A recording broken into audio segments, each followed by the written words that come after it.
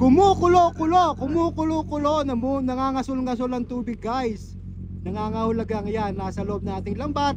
At tayo nakariyan ng maaga ngayon. Kahapon hindi siya nagpahuli, pero hindi siya lumayo dito sa area namin. Kaya naman, eto, at maaga pa lang, alas 6 pa lang nakaariyan na kami.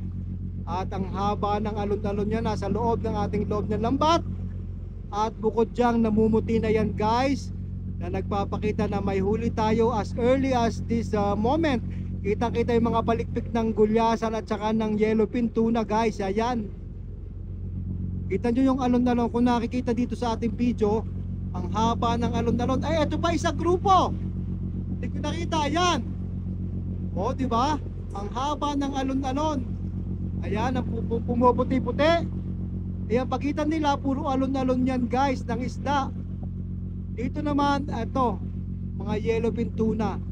Ayan, talaga namang na-bless tayo, nakabawi tayo. Kasi kahapon, medyo mailap sila, hindi sila nahuli.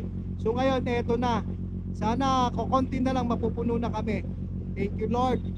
At napakaganda ng umaga pagka ganito guys. Maagang aryahan. Thank you Lord. Thank you rin po sa pagsubaybay. Si Mga Isda Lamang po, original, always the best.